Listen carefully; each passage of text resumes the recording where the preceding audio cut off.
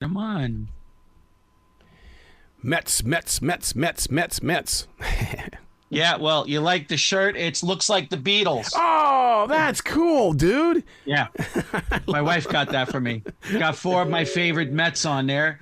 Because I have 3 shirts. I have the Abbey Road shirt, the Beatles. Yeah. I have the droids from Star Wars walking across like Abbey Road, and now I have the Mets. So I have the trifecta. And the Mets, the Beatles played at Shea Stadium. The old Yes, they did. It all works Yes, out, they did. Howard. It all works out. All right, you have 20 minutes. Go ahead, sir. Good morning, Howard. How are you doing today? Good. I'm having a little trouble hearing you. Before I hear you, we better now? How about that, guy? You can hear me okay? Yeah, thank you so much. Beautiful. Howard, this book is coming out at the right time. And the reason why I feel that, and I don't know if it's because I grew up in the Pacific Northwest, and that up there is really my territory all the way to my grave and beyond. But I mean, this story has fallen off the front page as well as page 6 of the newspaper. And with you putting our focus back into this story in this book, I'm just amazed that you've had the courage and the confidence to continue with this. Well, it was a perplexing mystery. And once I got out to Moscow, quite frankly, I was hooked. I mean, here you had 4 young, exuberant, beautiful kids killed for no apparent reason. You finally get a suspect, and he's a criminology student. He's trying to create the perfect crime, how the police got him, who the students were, how all the pieces come together. That was a story that I wanted to tell. And what I've been doing in my books for years is telling stories. And this was one I thought would interest readers. It certainly interested me. You know, you hit something there that I've been a part of from the very beginning, and that is that it was a crime that we didn't understand why it happened, and yet inside your book, you kind of touch a little bit on a drug connection. Yes, this is something that the prosecution and the defense have been looking with. I'm not sure where ultimately it goes, but of the families of the victims, there are drug ties to some of the parents and step-parents. There also is a heavy drug traffic on Greek Row in the fraternity community of the University of Idaho. Also, it should be pointed out that of the 4 children who were killed, according to autopsies I've been made privy to, there was no evidence of any drugs in any of their systems. So I think ultimately, police are trying to make sense of what happened. I don't think the drug explanation is going to pan out at all. What this was a party house. I believe the suspect became fixated with really one of the women, Maddie Mogan. She was a waitress at a local restaurant in Moscow where he would go for vegan or vegetarian meals. And they didn't even have to talk. He became fixated by her beauty, her exuberance, her vitality. And in his mind, I believe her presence became a constant rebuke to the life he was living on the periphery of events. I came across something yesterday that really opened up my eyes when it comes to crimes such as this. And it says it's no longer just about the DNA. It's also about the digital footprint. Are they looking into the digital footprint on this as well? Very much so. What the suspect did, his phone is turned off for 2 hours on the night of the murder, from 2:47 to 4:48, when he was allegedly driving from Moscow, the 10 miles, from Washington State, rather, to Moscow, those 10 miles. He claims during this time when his phone was turned off, he was up at a rural park looking at the stars at 4 in the morning, where there are no witnesses and no cell phone towers to triangulate his phone. That doesn't really seem very convincing to me. But the digital footprints the police have found, it's not that his phone was in the area, that it was suddenly turned off when the murders occurred. It's almost like the Sherlock Holmes story, the dog who didn't bark points to the killer. Yeah. And the police are using that to help make their case. The name of the book that we're talking about is When the Night Comes Falling. This is the first time I've ever come across a book such as this that actually is a requiem for the Idaho students, or for that matter, for any victim. Children's lives. One of the students who was killed, for example, Zana Kernudel, at her high school graduation, on the inside of her graduation cap, her mortarboard, she had written, "For the lives I will change." For the lives I will change. And the horrible tragedy of this whole story is that these students will never have the opportunity to affect any other lives ever again. Their lives were just cut short way too soon. You know, I got to tell you something, Howard, only because I'm also an author, and that is that I would put you up on the stand because you've been there doing the research. You've been doing everything that you know, so many people only go so far, but you have really dug into this case, into the way that you're wearing it now. And it's like, God, I would love to see you on the stand. Well, I don't know if they're going to call me, but it's interesting. I think the defense's strategy is to just, for every expert that the prosecution has, they want to get another expert. For example, if you have someone who says this DNA is totally damning, they'll get another one with very good credentials with PhDs who'll say, well, this DNA actually is not as convincing as you see it. I mean, the dialectics of the courtroom are going to be ultimately about one expert versus another expert. And that puts the suspect, particularly as they drag the trial out, it takes longer and longer to go before a jury in a better position. Have they tried to keep this story out of the headlines? Only because, I mean, with something as tragic as this, it's like it should be still there. Somebody should be still talking about it and not using it as some form of clickbait. Yes, I mean, the university has tried to wants to believe as if this didn't happen. Yeah, the house where the murders occurred was demolished last December on the university president's orders. They sent in bulldozers as if that would, tear down the house and make it a vacant lot, and that would exorcise the ghost. But, these murders and these demons hang heavy over this little town in Idaho and the families, too. And until there's a trial, until there is some sort of full resolution, I'm hoping my book will give some closure to the events and help explain to people what happened. We've never really had the full story of Michael Kohberger. I mean, I realize he's the father. It was part of the crisscrossing of the country and things like that. But we've never had the real identity laid before us. If I were to be picked as a juror, I would want to know what's going on here. Very much so. I mean, you talk about the cross-country trip. The book is structured around this cross-country trip. Here is a father, 68 years old, who flies out to accompany his son on this trip across America, going home for the holidays just after the murders. And the father is well aware that his son has psychological problems. He knows his son was a former heroin addict, and he knows the murders occurred just 10 miles away from the son's apartment. And he also knows he's sitting shoulder to shoulder in fact, that his son drives a white Hyundai Elantra. And the police just happened to send out a all-points bulletin looking for a white Hyundai Elantra. So he's filled with suspicions. And as they go across country, and as I've been able to recreate from what people have told me about this trip, you can see the father's suspicions is as if he's following footprints. And suddenly the footprints become bloody. He's realizing that, oh my gosh, perhaps my son is indeed a monster. And yet, even as he's coming to these suspicions, he can't quite get there. And when they get to Pennsylvania, his daughter, who's come home for the holidays, psychologist, notices how the son is behaving. Yep. He's cleaning his car obsessively. He's sorting his garbage into plastic bags and keeping it from the family's garbage so the authorities can't get a hold of it. And she says, in effect, Dad, I think we've got a problem. I think Brian could be involved in those murders. And what does the father do? He can't quite face this realization. He just sort of shrugs and walks silently from the room. But there's a coda to this story. It's the father's DNA that ultimately nails the son. It's like a Greek drama. The father, try as he might, can't escape his involvement and responsibility for his son's arrest. You know, the way that you described cleaning out that car, that is so Hollywood and so binge watchable. I mean, because, look at what happened with Bryan Cranston in his new TV show, Your Honor. I mean, the way that they go out there and they clean that car, I can visually see that. I mean, to me, it's like Hollywood has educated the murderer to clean up their own scene. All right. Well, and this murderer was a criminology student. He had set out to create, I believe, the perfect crime to get away with it. And we'll see what Hollywood does with it. It's been bought. My book to be made into a drama series. We'll see how they actually bring it to the screen.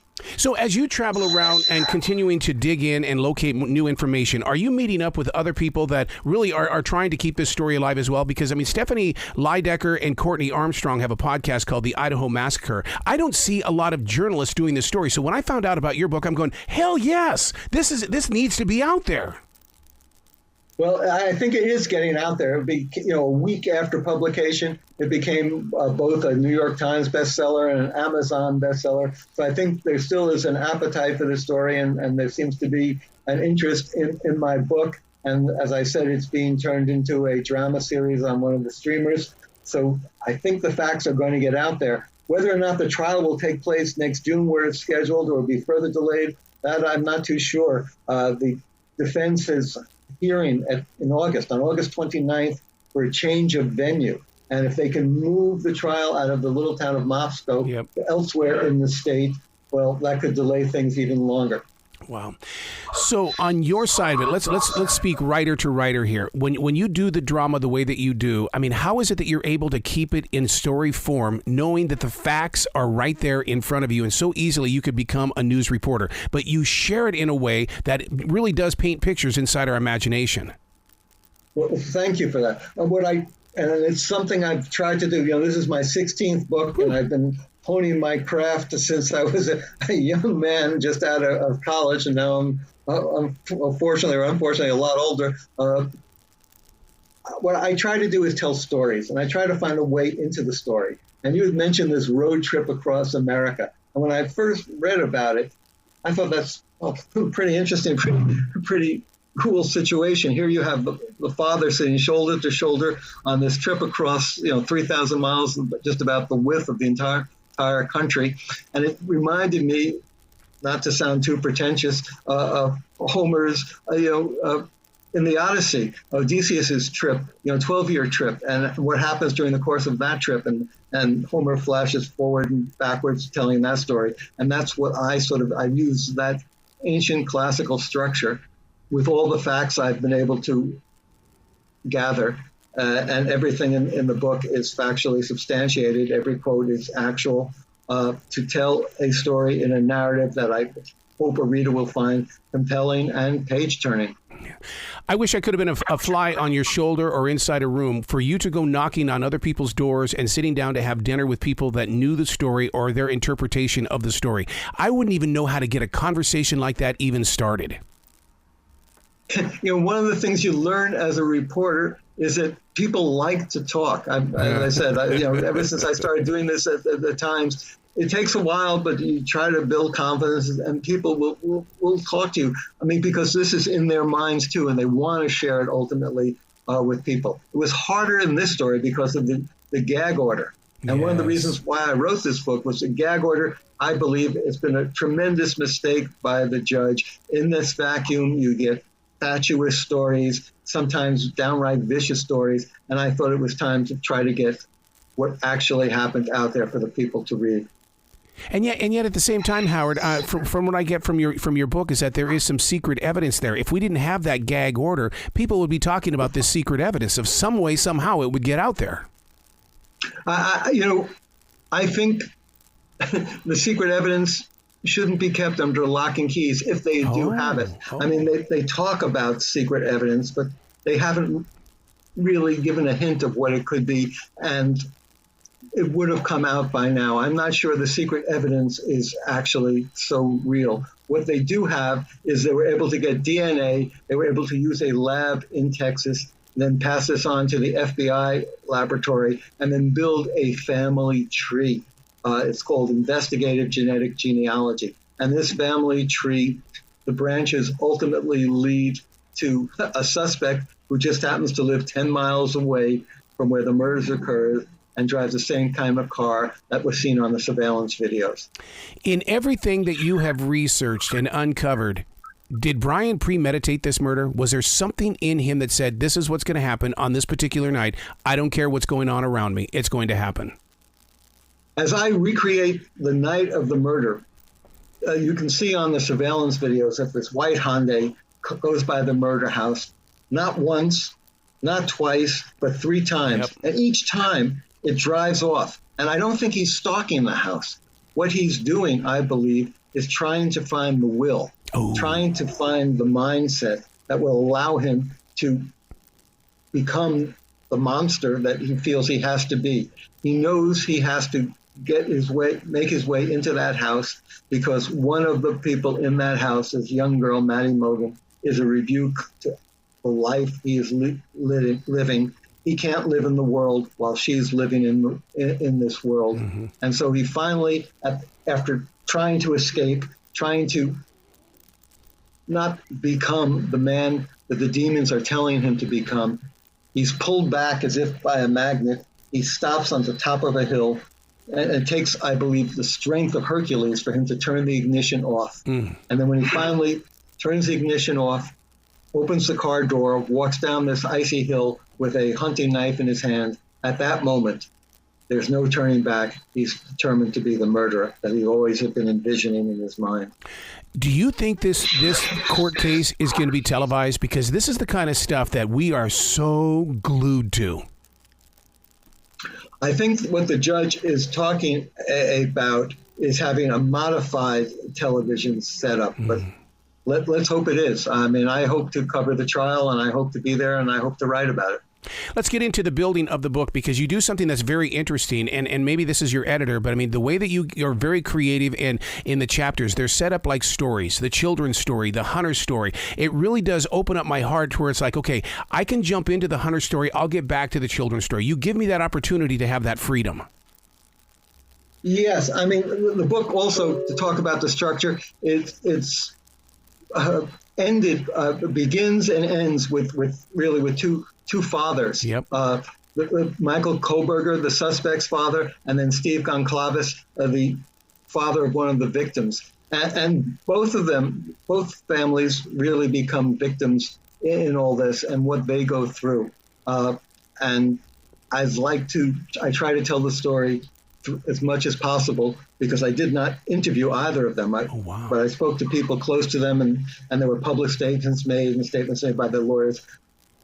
Yeah, what they were thinking and feeling as all this was taking place. And Steve Goncalves, in my mind, the father of one of the victims, is a hero. He refuses to, allow his daughter's murderer to get away. He goes on the internet and says, "We're coming to get you." Ooh. And it's a pledge not just to himself, but also to the murderer to watch out.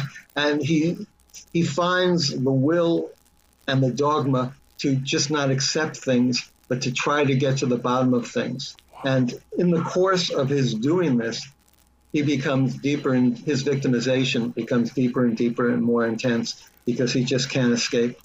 Wow. Howard, you got to come back to this show anytime between now and when we get into this trial and after this trial, because I want to hear your story and your experiences as you bring it to us from day one all the way through. I'd love to. That'd be my pleasure. Excellent. Well, you be brilliant today, okay, sir? Okay, thank you. You too. Thank you. Thanks, Howard. Thank you. Of radio. Yes. Hello and good morning, you guys. And there he is. The shaman has entered the room. How are you? All yours. Take him till 20, bud. Excellent. How are you doing today, Nat? Oh, good. Just got a bottle of water. Oh, good for you, man. Always fortify that body, especially in this summer heat. Are you in a area where it's baking us? Yes, we're about 95 degrees today in North Hollywood, jewel of the San Fernando Valley. My dog and I are sitting in front of the fan. You know what? That's the one thing. When my daughter graduated from UCLA, we spent a lot of time out there in LA, and that's the one thing they didn't have was air conditioning units out there. I didn't ever adjust to that. No, the other thing is the houses here were built without much insulation because who needed it? Yep. And so we find out now that all the heat is leaching out in the winter and all the air conditioning is leaching out in the summer. By the way, Ara, we spoke before, I think on the Exorcist book, and you're wonderful. I'm really, really happy we're able to connect again. So thank you very much for your interest here. Well, what you do, Nat, is that you really dive into subjects that create, and I'm going to say this, I'm going to cross the line. You create the oh shit factor is what you do with everything that you touch, because you make me go, whoa, shit. Well, are you kidding me? I didn't know this. 5 years of being a movie publicist taught me how to look for the oh shit factor. Where were you at when you decided, oh, I'm going to talk about the naughty bits? Because, these are the kinds of conversations that we have when we're sitting there binge watching television shows or going to the movie. I want to know what was taken out of that, and you've got access to it. I was writing a book on how Otto Preminger had eroded the production code by making films that he, like The Man with a Golden Arm and Advise and Consent, and how he chipped away at the code. But to do that, I was privileged to be given access to the records of the Production Code Administration by the Academy of Motion Picture Arts and Sciences. And after I finished the Otto book, which for those of you who are looking on Amazon, it is called I forgot what it's called. My old book. I can't remember the name of the damn book. Breaking the Code, Otto Preminger versus the Censors. Anyway, I saw all these letters, and they just one after the other, thousands of pages, intrigued me by the stuff that we didn't see.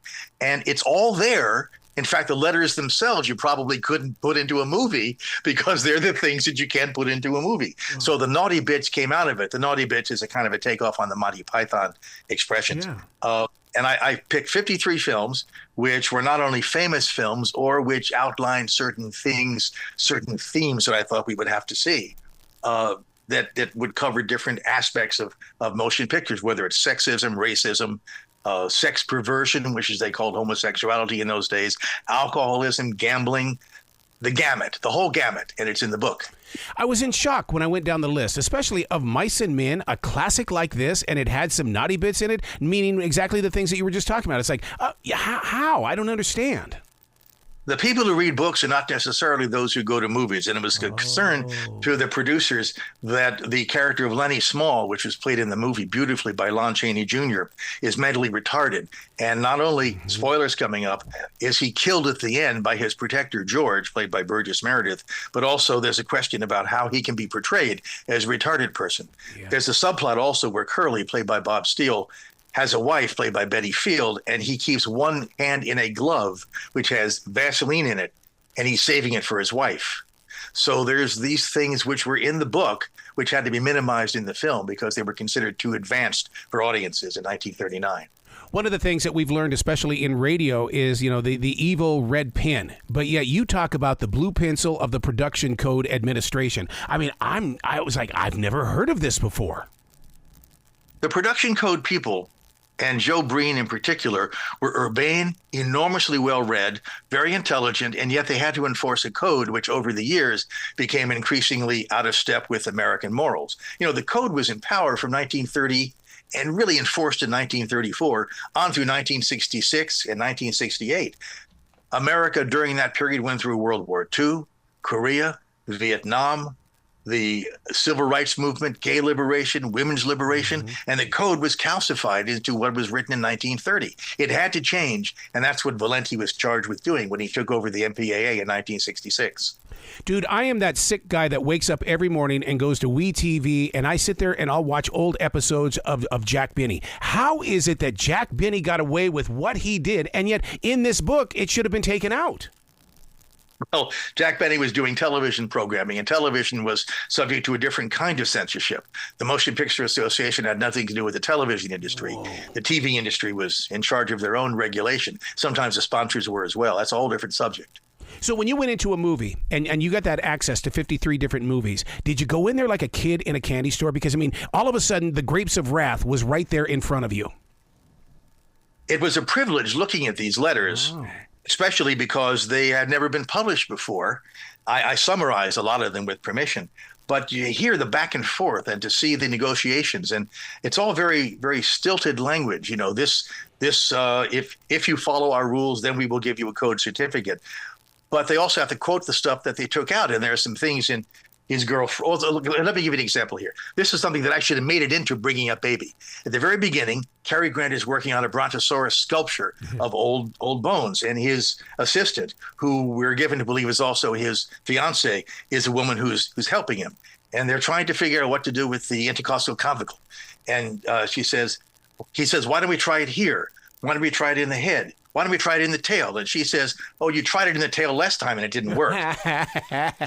That's, you're talking about a particular practice between two people who are consenting. That got by. Or in His Girl Friday, there's a moment when the reporters are talking back and forth. One of them says, a woman called up, says that Earl Williams is hiding in her gazebo. The other reporter says, well, tell her to stand up. It makes no sense, but it's a wonderful moment. Or what was the name of the mayor's first wife? The one with the wart on her? Yeah, Fanny. The one with the wart on her, Fanny? That's what it comes out to with the speed of their delivery. Nobody stopped that. It's amazing the stuff they got by versus the stuff they took out.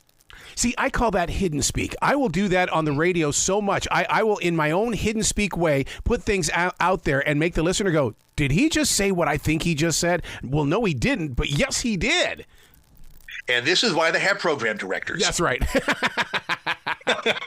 So true. So true. Well, I mean, my wife and I were talking all about Eve, and I said, you're not going to believe this. I said, according to Nat here, he says they couldn't even say sex in that movie. And she looked at me and she says, I saw that movie a lot of times and nothing offended me in there. Yeah, because they took it out.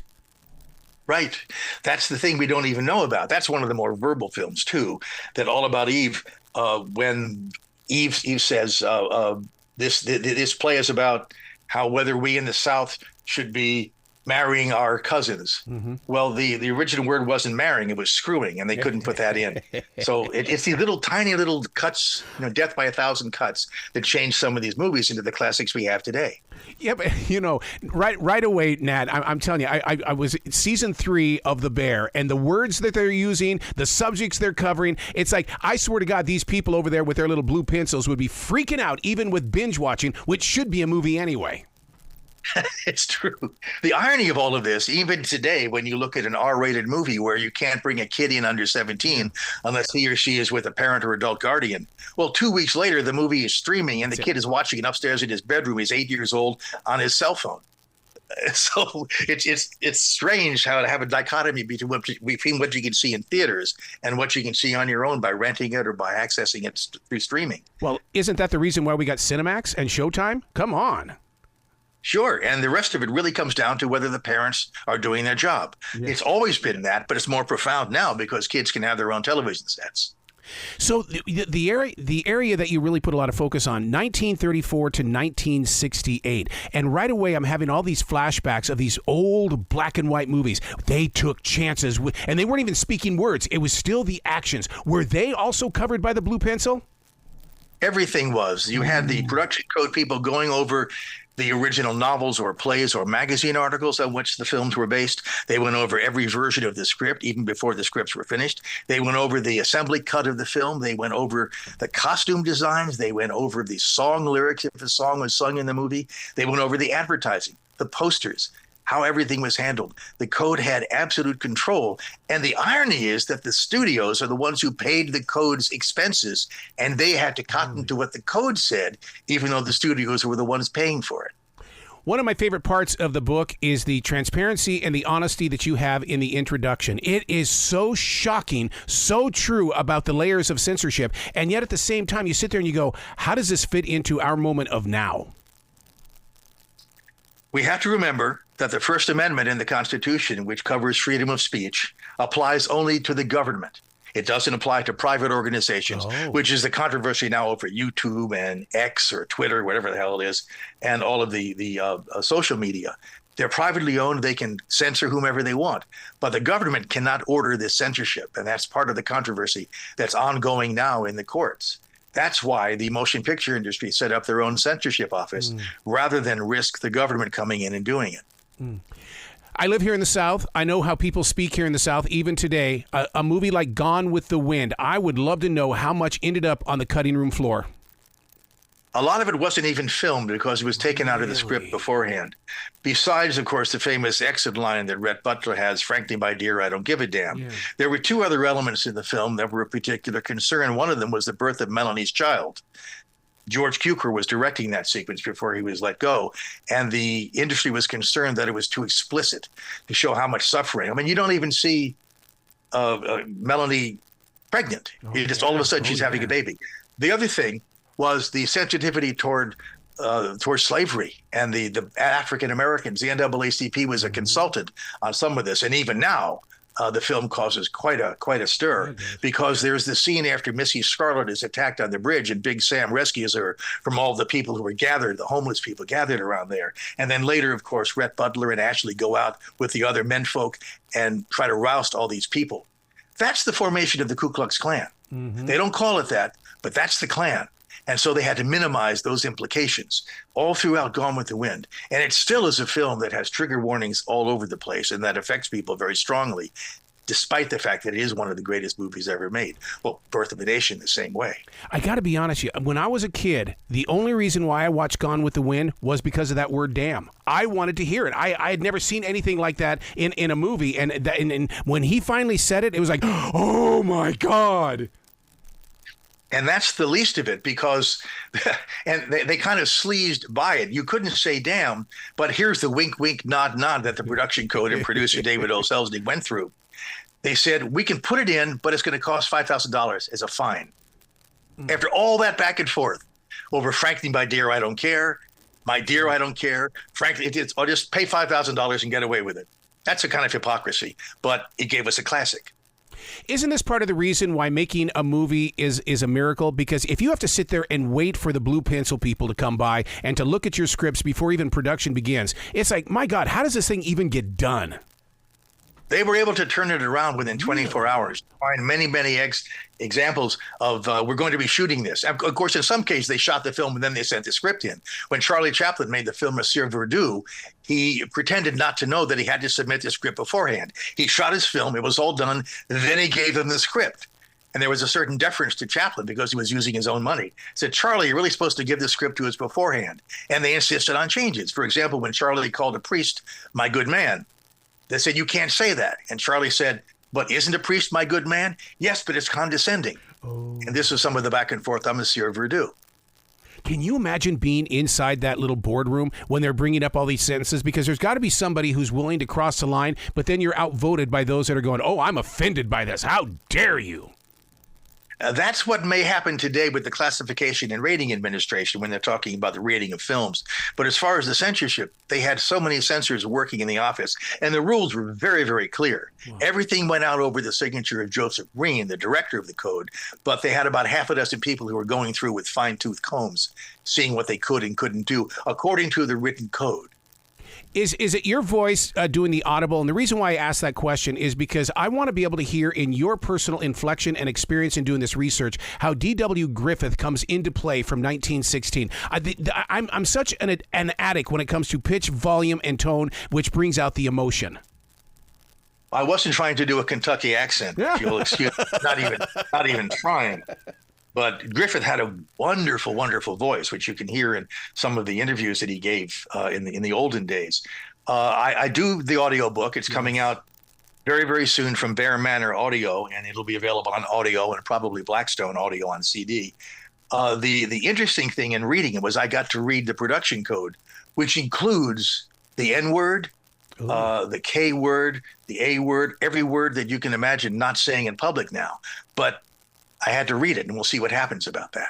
And the one thing that you really cover in this, and I want listeners to understand, this isn't just about movies. This is about books. This is about plays, costumes, and more. I mean, I never even thought about the costumes because, I mean, I grew up watching Mae West. Come on now. I mean, she had to have crossed the line. She did, but she was before they started enforcing the code. Oh, my God. Of course. Of course. 20th Century Fox seemed to have somebody in the code saying, you don't want to have these two low-cut gowns. Let me try that again. You don't want to have these low-cut gowns on Marilyn Monroe and people like that, or in All About Eve. She has a small scene there. But this is a concern because you remember women went to the movies to see what the latest fashions were. Yep. That's how the fashions were spread throughout America. And to have something that was untoward would have thrown the fashion industry into a dither. You talk about Stagecoach. That's my dad's movie, man. We can't be messing around with Stagecoach. I don't want to tell him what was censored. It's a great film, but there was a concern about how Native Americans were treated in the movie. That's it. Yep. And yet John Ford, who has made so many Westerns, was the one who, when he heard there was starvation among the Navajo and others in Monument Valley, would conspire to make a film there and bring employment and bring food and bring relief to these people. He was given the an official Navajo name. So you can criticize Ford for a lot of things, but he also saved a lot of people. It's a complicated man and a very complicated story. Well, now you bring me up to the modern day with Martin Scorsese with his most recent movie, where they used actual Native Americans as well. I can't imagine what the censors were doing there to make sure he played the game right. Well, remember, we haven't had censors since 1968. Really, Right. They just rate what's out there. What we have now is like and woke and cancel culture that picks up everybody, and that isn't in the book, and that's not something I'm going on the record with now. But I really think that it's probably time we recognize the real world out there. We can protect people just so much, but there is a real world out there, and people have to understand they must negotiate it. God, I love the way that you allow yourself to be the student, then you become the researcher, and then you become the teacher and or archaeologist and share it with us. That is such an amazing journey that you're on, Nat. Well, thank you, Arrow, but you got to understand that's what you do too.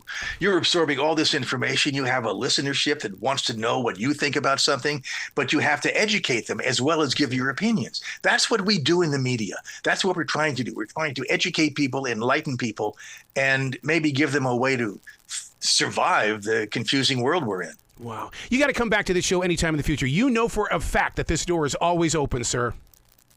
Well, as a matter of fact, next May, my publisher is bringing out the Rambo Report, which all about the Rambo films and the novels, and it's with the consultation and participation of David Morrell, the best-selling author who created Rambo in First Blood. We think that book is going to get some attention. Yeah, well, I'll be seeing you next May then. I'm putting it on the calendar. Thanks, Arrow. Have a good one, too. You be brilliant today, okay? You too. Thanks so much. Thank you, sir. Hey, man, what's up? Hey, doing well. How about you, guy? Not too bad. Are you out there celebrating the release of this all-new song, All Figured Out? Something like that. I got to tell you, my wife and I have heard this song at least 7 or 8 times now. We keep hitting repeat. What is the magic of this song, and did you feel it from the moment you laid it out? Honestly, it was pretty cool because it did feel different than the other ones. I went down to Nashville and I recorded it with the producer from the Eagles and Alice Cooper and Sammy Hagar. His name's Matt Coles. He's just a killer. And he hooked me up with a bunch of his studio musicians down there. And, the original idea was we were going to record a few different songs and stuff like that and kind of see what stuck. And what happened is I'd sent him about 7 songs or so. And, he's like, yeah, these are all good. And, we'll see you in a few weeks or whatever. And then about 2 or 3 days before I was set to, hit the studio to record it, I had just, sat in my garage and wrote this one last minute. And I was like, oh man, this song is, this one's gotta be in the session. I can't let this one slip through. And so I sent it to him real quick and he was like, oh yeah, man, we got it. We'll do it. And, I took it into the guys and it was one of those where I didn't really have any expectations because, I had just written it 2 days ago, And so, he hooked me up with all his, top level A-list studio guys down there.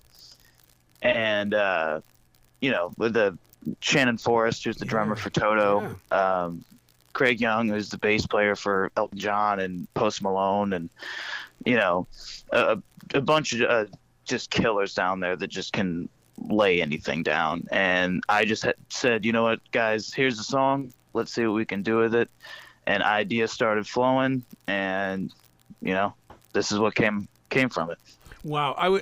There's a thing that the listeners don't ever understand, and that is the journey of those that are inside those studios. Because, the studio musician is so important. And then you tell me that you're working with the drummer of Toto. They are exactly what studio musicianship is all about. Exactly. Yeah. Well, yeah, you can't suck and be in that band. That's for sure. How did you keep it so in touch with the song we're talking about is All Figured Out? To be so in touch with today's events, because I'll bet you every person that sits down and listens to it finds a piece of themselves somewhere in those lyrics.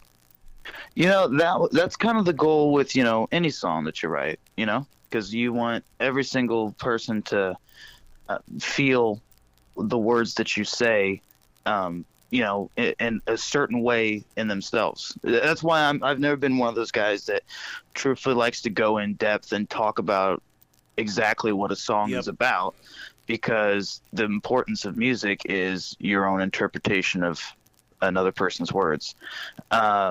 So, the thing for me about it was I just wanted to, sit down and sing something from the heart. And it was lucky, and I was lucky enough to, find something that was so relatable of the feeling of, people, saying they count you out, and, they know you before they judge you before they even met you and stuff like that. And, that's a universal, feeling, people everywhere, whether it's your job or one of your friends, or, a relationship, or someone saying that, you can't change, or you can't be like this, or you have to be a certain way.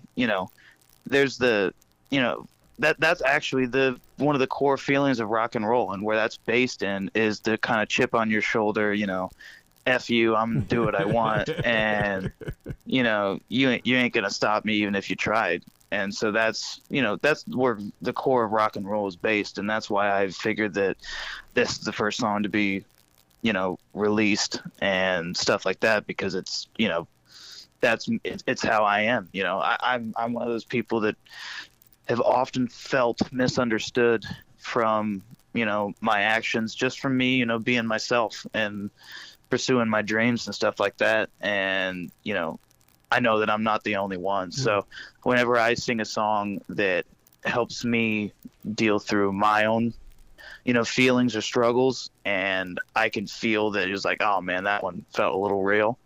I can tell that that's going to be the type of song that other people can relate to. Dude, I got to tell you something. You were the main subject of a thing that I did today on iHeartRadio, which is called The Daily Mess, and I put you in there head first when it came to why is it that classic rock radio stations don't find the room for those that were inspired and influenced by classic rock. And I said that, Chris Cagle is the one that you need to put in there, and I'm sorry, Drew Cagle, and make sure that that everything is growing forward with that. And it's like, because it's like you guys were so influenced by it, but the one thing you were influenced by isn't embracing you. And that's what the whole entire thing about the Daily Mess is about today. It's like, open the door and embrace Drew. Well, I appreciate you doing that, man. The thing about, classic rock radio, which is, it's hard because you have so many people, everyone loves the classics. You can't not. And I'm undoubtedly influenced by all of them, as I'm sure you can hear when you hear the song. It's sad when, people keep saying the cliche of, rock is dying and all this other stuff. And, I hate hearing that, but I mean, the basis of it is, man, when the industry and the genre, the people that run the whole thing, turn their backs towards new ideas, and this isn't anything, then the product suffers. And, if you can't listen to something new, and if you have a platform to show people music, and you don't allow them to be moved by new music, then, you're failing. Because the point of music, the best part of music, the absolute best part of music, is the first time you hear a song that touches you, and makes you feel something, and then, it's great when you hear it back a bunch of times after that, because you get a nostalgic feeling after that. But the original feeling that a song that can or will, or does change your life, that's what music's about. That's what gets people so passionate about it. That's what gets me passionate about it. And if you don't put the new music out there, whether it's good or not, and give people the opportunity to be moved by it, then then that's how the genre suffers. And Yep. that's where the, music is dying comes from, is because if you don't have an opportunity to hear something new and be inspired by something new, stuff's going to feel real, old. Yeah. You brought up nostalgia, and I got to tell you something. The first time that I even tapped into All Figured Out, right away it wasn't that I was going into my past. It was like, oh, I could do a lot of things with this song. Going to the campfire, going to the tailgate, sitting alone in the car. You gave me every reason to look forward to something rather than sitting in my past. Yeah, and that's the whole point, right? I wanted to create something that felt like, it was from the 70s and 80s, but you just must have missed them. I wanted to feel like the biggest band from the 70s or 80s that you just didn't hear. Something that's like, man, those guys sound just like Guns N' Roses and AC/DC and Bon Jovi, and and all these bands that really packed a punch and didn't ever, sugarcoat it. The problem. And that's what I'm trying to do, right? Is I want it to sound authentic, and I want you to feel it, And if you can't feel it, then the music's wrong, Then it's just not working. Well, I love the way that you allow every single instrument to be heard. I mean, there's no over-compressing in this whatsoever. And every time that you go in there and listen to it, you're going to pick up something along the way. Absolutely. And here's the thing, man.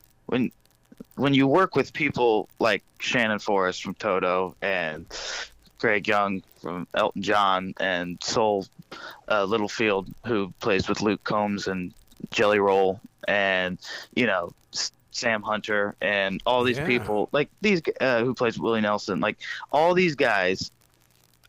One, you don't walk into the studio and say, hey, I don't want you to be heard, or I want to compress you and put you in the background. A lot of people do, which is really sad to hear. But it's like, these guys are the best in the world. There's no doubt about it. Why not have them all showcase everything they can do? I mean, when I walked in the studio, I literally, before we even started, I said all of them, I said, I want you guys to give me everything you got. I was like, this is rock and roll, and I don't want you pulling punches. I want this to feel real and authentic and, sloppy. And, I want you to feel something when you play this music, so that the listeners feel something when they play this music.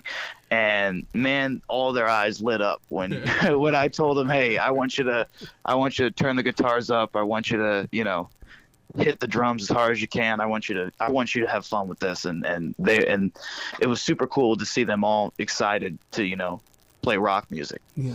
What is that connection between Illinois and Nashville? I mean, because even my wife's ex-husband went from Chicago to Nashville, and it's like, my God, and even Tommy Shaw and everybody in Styx and Cheap Trick. Yeah. There's something about Illinois and Nashville. What is that vein of gold? Oh, that's a great question. I don't know. I think it's something about staring at the cornfields and wondering why your music doesn't sound as clean as it should be. I'm from Champaign, and REO is from Champaign as well. And, they were a huge influence on me. And obviously, and just like Cheap Trick was as well, I've seen both those bands so many times live. It's one of those things where you look up to the people that were in your position that made it, or in your ideas made it, or became a hero for you. And the people, for me, that, lived right down the street from me, just, 40, 50 years ago, but worked real hard and made the decisions they made, and are at the point where both you and I know their names and love their music this many years later. Like, that's kind of that's where you start with your North Star. And you're like, well, yeah, okay, that's what they did. Let me figure out a way to do it my way, And I always felt like, being here in Illinois, it's one of those things. It's I have this lyric and all figured out. It's called the lyric is a small town rock star wannabe. Yeah. And I'm actually from just outside Champaign, which is even a smaller town called Fisher. So it's Fisher, Illinois. It's like, be lucky to have 1,000 people. Yeah, right. And it's one of those things. It's like there's not really an abundance of musicians and studios and stuff like that in a town that small. And when you try to do this, in small towns, people don't really, you're just a guy down the street. You're not you can't be a rock star in a small town. And if you are, you have to leave first. Yeah. And so that was kind of the thought process behind it. It's like I'm playing this music, I'm doing it all from my heart, and I'm feeling like I'm doing it the right way. And it seems like everyone outside of this small circle, central part of, the state, really love my music. But when they think that I'm just the guy that lives 2 doors down, they think I'm just some, small town rock star wannabe. And so that was kind of where it happened, man. I after the first record, I started to tour around a lot. I would go to the big cities around, Chicago, Indianapolis, St. Louis. Wow. And instead of even trying to play in my hometown, I don't really play there often. And that is kind of where I started to make a name for myself, because they were like, oh wow, maybe he doesn't suck. These big venues and these different cities are actually having him come play, and that just kind of has been a little bit of a guiding force for me, because I was like, you can't expect everything. You can't expect to find success in your basement. You have to go out and find it. That's it. And so, if Nashville's where some people go, to find it, if that's where the best producers in the world are and the best studio musicians in the world are, then that's where I need to be. And that's, I'm sure, what was the same mindset from all those guys like Cheap Trick and REO back in the day too. Yeah, but they didn't have the website that you do. You have put a lot of thought into that website, because, the one thing that I'm really proud about with you on this website is the fact that Led Zeppelin came with mystique, and you're adding a lot of mystique to who you are, your persona, and your presentation. I mean, come on, Drew Cagle and the Reputation. It's like, oh yeah, really? Reputation? What do you mean? Man, I'm glad that you dig the stuff, man. When I first came up with it, I say this in a lot of my interviews, because this is my absolute core belief, and the main reason why I think I'm different than so many other artists is rock and roll needs 2 things to be real rock and roll. And everyone thinks it all needs a bunch of other stuff, but it really only needs 2 things. And it needs danger, and it needs mystery. That's it. Because there's everything else is just, sugar-coated BS. It needs those 2 things, and then, maybe a notch lower, it needs authenticity, of course. But I think that comes in the danger, because I don't think there's many people that can really be dangerous but not authentic. And if you can't make people feel those, then you're missing the core feeling of rock and roll. Yep. Because rock and roll is meant to make you feel adrenaline. It's make you feel like you want to wonder. I don't want to know what Mick Jagger had for breakfast this morning. Yeah, you know what I mean? There's a mystery to this thing that needs to be encapsulated, and when you're posting on your Facebook and Instagram pages every day what you ate and where you're shopping this week and all this other shit. Yep. Like that's not rock and roll, man. Rock and roll is the feeling of seeing someone on the stage and and the character being larger than life. Yeah. And if there's not some sort of extra element to this thing, then it's going to be hard to grab people. The country music is for the relatable, the relatable brand of the, guy who lives down the street. rock music's for rock stars. Yep. Well, your choice of colors is absolutely 100% rock, because I'll tell you what, as you grow in popularity and we see red and black together, you think we're going to see red and black? No, I think we're going to see you, Drew.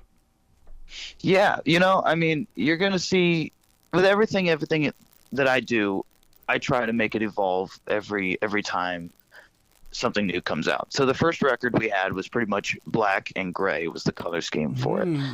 And that record was called Haunted. Yep. And so that was kind of encapsulated in this mystery. Now that was kind of a basement recording, that was kind of a launching pad to get us to where we are now and to where we're able to release All Figured Out with the cast of people that I've worked with for this and stuff like that.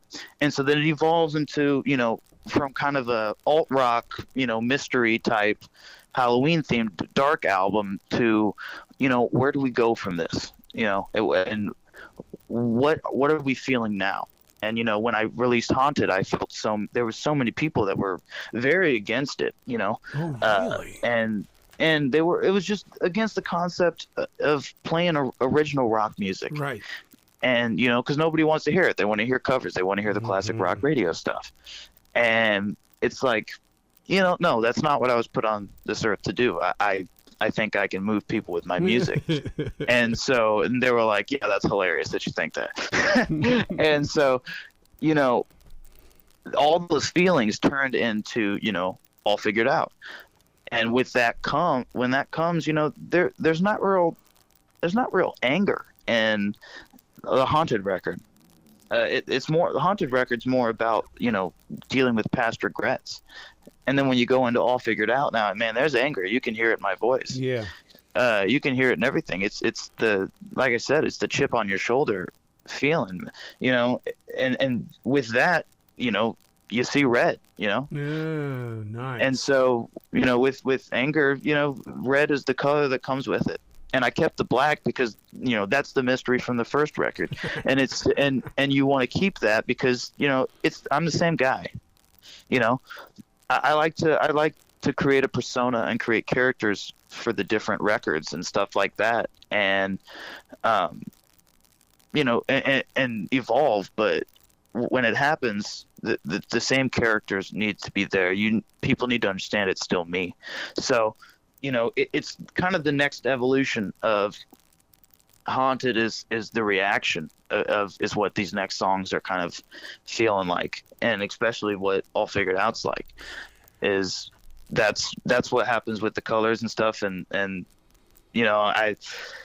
sure when we go further, you're going to see some new colors added to the mix too, somewhere down the line, depending on what feelings come into play. Well, with me and my music writing, you're destined for an arena, and the reason why is because just the fact that the baddest band on the planet. It's like, oh my God, you totally set me up for that, man. Because I want to hear that announcer say that, and then come out and say Drew Cagle and the Reputation. It's like, yes, this is why I paid for this ticket. Yeah.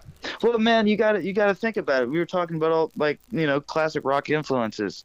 Motley Crue is the most notorious band on the planet.